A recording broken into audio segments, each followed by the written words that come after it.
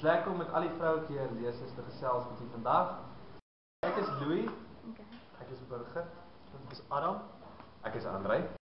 Dit baie unreal gevoel het, gevoel van ons in drome instap, want jy kyk altyd by flieks en jy al hierdie goeders en ons het nie gedink, ons het nie eintlik geweet wat om te verwag nie, en toe ons instap, toe het ons formele maniere gekry om die prins te groet, en ek dink Louis is die enigste wat kop gehou en het reg gedoen het, maar ons moet sê, ons het die tyd van ons lewens daar gehad, die 3 dae wat ons al was, hulle het ons soos familie in die paleis ingevat, en hulle is die 2 ongelooflikste mense as jy dink in wat se posisie hulle is. Om steeds so nederig en plat op die aarde te dink, ek dink dit is om my saamstem. Ja. Ons baie ongelooflike respek vir hulle. Okay. Weet jy, ek gaan eers begin omdat ek nou die meeste ervaring het. Ek sal sê, bederf jou vrou.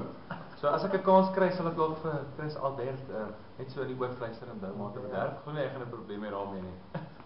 Kyk, ek en Adam is nou nie gekwalifiseer nog nie. Ek nog minder as Adam. Maar Andrei en Louis sal vir julle meer kan vertel van dit. Ja, ek weet nie, jy weet, huwelik bly huwelik. So ek dink nie dit maak saak of jy royalty is en of jy gewone ouens soos ons is nie. I mean dit kommunikasie vir my en dit is wat baie mense vir my gesê het, is kommunikasie. Dit is baie belangrik. Praat, hoe jy voel. Lees elke dag jou e-mails.